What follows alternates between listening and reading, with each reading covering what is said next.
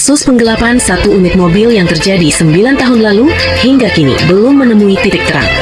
Tersangka dalam perkara ini berinisial EW yang diketahui menjabat sebagai pelaksana tugas Camat Medan Kota.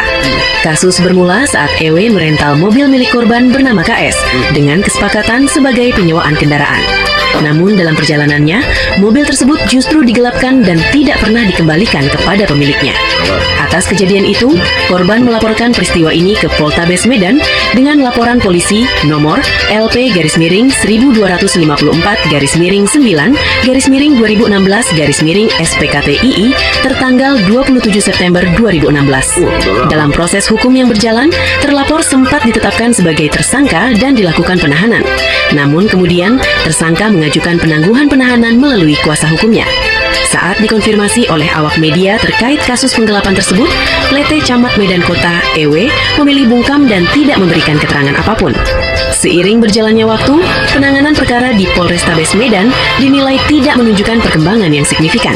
Kuasa hukum korban, Rio Darmawan Surbakti, menyebutkan bahwa hingga kini tersangka tidak menunjukkan itikat baik untuk menyelesaikan perkara tersebut. Ironisnya, korban meninggal dunia sebelum perkara ini mendapatkan kepastian hukum.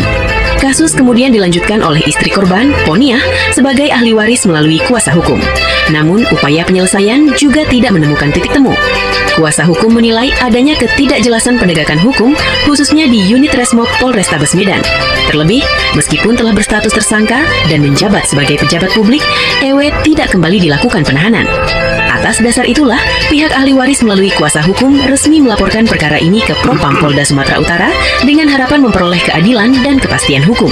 Kuasa hukum dan pihak korban juga memohon perhatian serius dari Kapolda Sumut, Kabid Propam, Kabak Wasidik, hingga Badan Kepegawaian Daerah, serta Wali Kota Medan, Riko Waas, agar penegakan hukum berjalan secara adil, transparan, dan tanpa pandang jabatan, demi keadilan bagi ahli waris korban.